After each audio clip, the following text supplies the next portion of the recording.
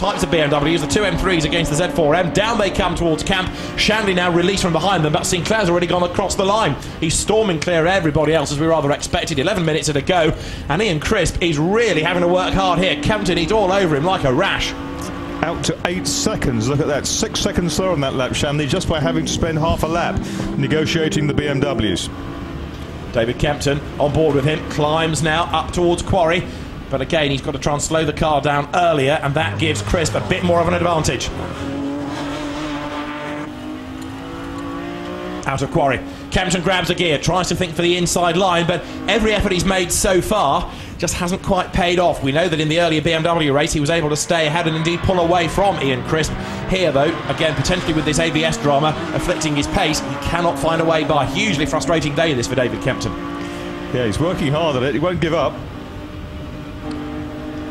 Now the race leaders working their way down towards the tower. There's the overall race leader, Tony Sinclair, out on his own. And behind him, where is Andrew Shanley? He lost a lot of time on his last lap, of course, as he had to work his way past the traffic. Has he gone storming away from them? There he is. That's in the a reduced radical pace, isn't it? It is a bit. Is he settling for second, or has he got a problem? Let's just see what the lap time is. It was a 1:11 last time for Shanley. His best is a 65. So certainly it was slow, but we put that down to traffic. And here comes Kempton round the outside of Crisp. He's going to run out of road if he's not careful. Shanley has just done a lap in the 1:13s. He has got a problem. There's no argument about it. Having worked his way past the BMWs, the pace of the yellow radical, for whatever reason, is getting slower and slower. Here comes Watson, novice cross on the back, trying to get past Kempton, experienced BMW pilot, and the oil trader trying to work out where he can get past Crisp. He really is having to work hard, David Kempton, here. He's got a place to attack for and a place to defend. What's going on with Shanley? Very odd lines there, jinking from one side of the road to the other. Fuel pickup problem, maybe? Could be. Logical, certainly, yes. So Shanley, in a race good for him that is not for points, it's just the all-comers race effectively. This Motors TV Open Trophy is the one in which he's having a problem, but he's falling away, and of course he's being caught by Altijan Ali, and the gap is coming down and down and down between them. There is Ali storming on.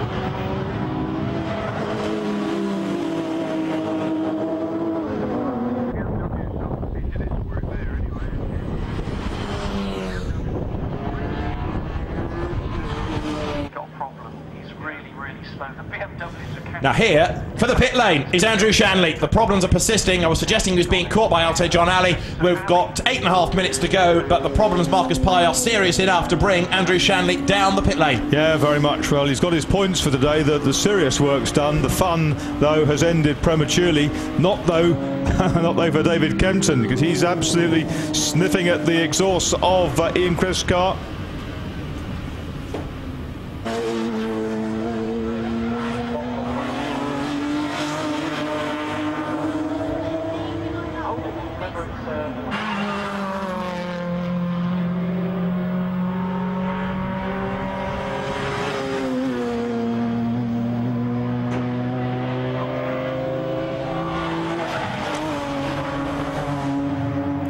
Doug Watson out of old paddock, still hustling on. He's driven a good race. I mean, he's less experienced than the two ahead of him, isn't he? But he's staying with them and he's driving well. And that's going to be teaching him all the while. Yeah. Every lap he follows those guys, it's more for the memory banks. And weaving from sides. Oh, that's going to be a bang! Oh, down the escape road has gone Dave Kempton. He's run out of brakes there, I suspect. You're right. Did the right thing, didn't he? He bailed out of that. Didn't try and turn the corner, and he managed to steer away from the back of Crisp's car when he's lost a place. Could have been a whole lot worse, though, couldn't it? Could have lost a lot. Not a happy boy, but if he'd have turned in there, he'd have caught Watson, and that wasn't obviously the best way forward. He has the experience, though, and the spare capacity to think, OK, go straight on, go straight through.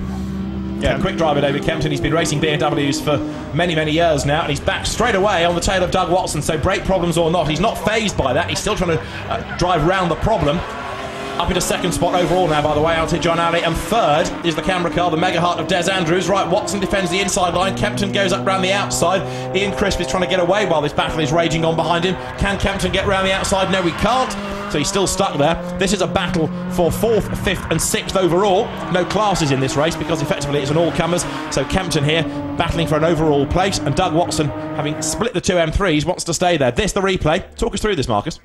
Well, absolutely, and he just jinxed out of the way. He realised he was going to hit the back of Ian Crisp's car, and also found himself slightly offline. It's probably a bit dusty there as well, a bit marbly, and it just didn't happen. So, well... He's worked his way back ahead of the Z4M, and that's fading a little bit. So the brake problems that Kempton had in the BMW Championship race look like they're reflecting him once again here. Down towards Camp Corner they come, but as we've said, he's driving around this problem as best he can. He's back on the tail of Ian Crisp. We've got 6 minutes for the race to go. Over the timing line then go the race leaders. Now, just looking at Tony Sinclair's pace for a moment, can he lap everybody in the race? Not convinced he can lap the second place man, but he can lap the third. Des Andrews has just gone across the line. He's going to be lapped this time by the leader. Right, BMW's past BMW Mini there. Wayne Poole is lapped by the Crisp Kempton battle, and Kempton is sideways as he has to fling the car through the right-hander. He really is driving well, considering he's got this problem.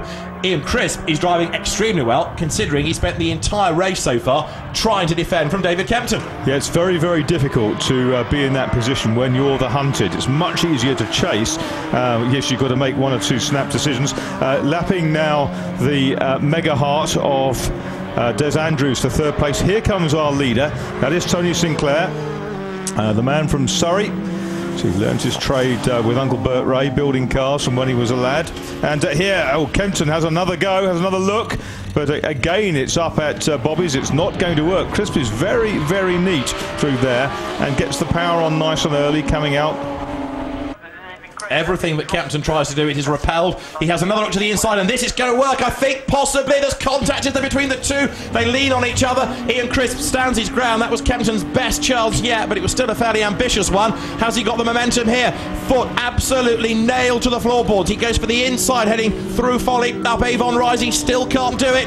Ian Crisp gives him racing room, look, but he's going to have to move across in a moment to take the line. Here comes Kempton. He's on the inside. He's on the brakes. He's through. He goes a bit wide. Crisp tries to fight back on the inside line. Can't do it. Kempton, at long last, has done it. That's taken him about 16 minutes to make that move. And finally, and well-deserved too, David Kempton has done it.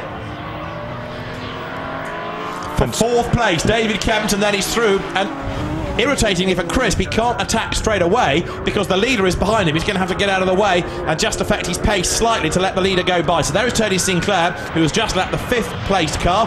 4th is Kempton ahead of him. David sees him coming, lets him through, gets out of the way. And Ian Crisp, having lost a bit of ground there, he's trying to fight back. Quick flash of the headlights from David Kempton, who therefore is up to 4th, but a lap down. Tony Sinclair still leads.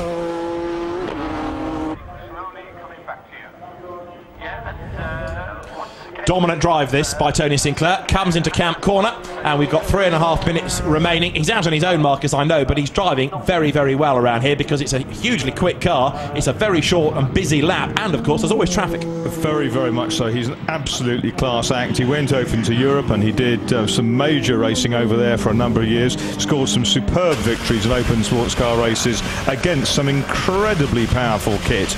And to say he's designed the car, built it, raced it, developed it, raced it more, and built others for customers from a very, very small workshop behind a little public school down in Surrey is absolutely brilliant. Des Andrews there in the quirky-looking Mega Heart, working his way through the BMW battle. He's got past Crisp, and now he picks off Kempton. 2 3/4 minutes of the race are to run. You're riding with Andrews. Quick look in his mirrors to see where any traffic may be. Down towards Tower. Tricky corner, this. Yeah, it is. It's late apex, rewards a late apex to get you that turn out of it. What you don't want to do is turn early. You can get the apex at that point, but then you tend to wash wide.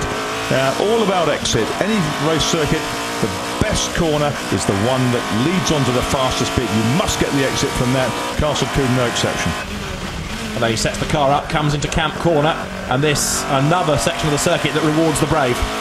Yeah, very much so. It's a tricky corner. There's not a lot of room on the exit if you err. And down through Folly, there's a very variety of lines you can pick. But up over here, you'll find a lot of these projects like Circuit of the Jade, bounces at the back, over the undulations. It goes pretty light. That the Mega Heart, nothing like as well developed as that. Hasn't been used for 4 or 5 years prior to Des getting it. And now up towards the S's. This, of course, one of the sections put in a few years ago to slow down the overall lap speed. Uses the curb, turning into the first element of it. Up now towards Old Paddock, and of course he's back on the power here, so the speed builds right the way through this section. Now we've got 90 seconds of this race remaining, and of course once the 20 minutes are up, then the drivers will be ready for the flag. So we're looking to see when that last lap board goes out, because here comes Tony Sinclair down towards the last corner, and the last lap board is ready. So he goes through 1:11 on the clock, but a flying lap is 1:07. The last lap board has gone out, but this might actually not quite be the full 20 minutes. However, for the sake of 4 seconds, who's counting? There's Crisp, and he's back on the tail of Kempton. This battle is not resolved at all, is it? Absolutely not. And, well, he's had a bit of a breather, and he's maybe sussed out something which will suit the strength of his car. They're both pretty similar on power. Maybe Crisp has the edge on brakes. Tyres getting very hot now, and nothing much in the way of traffic to deter them on this last lap. Here, though, is that extraordinary Jade prototype, the Jade 3, made by the company owned by Owen Jones and Tony Sinclair down there in Bletchingley. Comes up towards Bobby's for the final time. We think he certainly got the board last time through, neatly through. It's sequential change. He looks in the mirror. You can see that airbox sucking the life into the engine behind his head, down into camp for the final time. Hammers through using all the downforce of design. Checker flag is out. And Tony Sinclair, a regular winner, a great favourite here at Castle Combe over many years, takes another one in the Jade Nissan. And look at this BMW battle, because that is not quite resolved either. Down they come. David Kempton has worked so hard. This is for 4th place overall as well. Ian Crisp wants the place back now. When Kempton made his move, it was really coming into Camp Corner. Crisp thinks about it, but already Kempton covers the line. He's just got enough in hand, and so as they dive down towards Camp Corner, this for 4th place overall. David Kempton comes out on top. Great battle between these two cars. Very evenly matched right the way through. They both took turns at the front. David Kempton was ahead when it matters, so he finishes 4th behind Des Andrews. There's only one other car to come and take the flag, and that is Alte John Ali. And Kempton and Crisp, I think, looking pretty happy about that. Broad grins, waving to each other. They've enjoyed that fight. Very much so, and a good, clean fight. No contact, absolutely superb. Two guys at the top of their game, really enjoying themselves. Plenty of racing room, but nonetheless, a really hard fight. There's our winner. He's waving to the marshals. Of course, he knows all the marshals of old, having been in Victory Circle here so many times before. But a rare opportunity to exercise the big V6 3-litre Nissan engine Jade. Prior to that, of course, they ran the 3.5-litre Chryslers, a road engine essentially, not as powerful. But since the GT Series went to 2 litres, these cars are now running in the open sports car events instead. So rare chance for him to come and win on his old stamping ground. Indeed so, Marcus. And Tony Sinclair, the winner from Alte John Ali, 43 seconds, almost a lap between them. Des Andrews 3rd. David Kempton wins a brilliant BMW battle ahead of Ian Crisp. And Doug Watson rounds out the top 6 with his M Coupe at the end of another race that proves that club racing is alive and well here at Castle Combe. So there is Tony Sinclair making his way into victory lane. We'll be back after the break.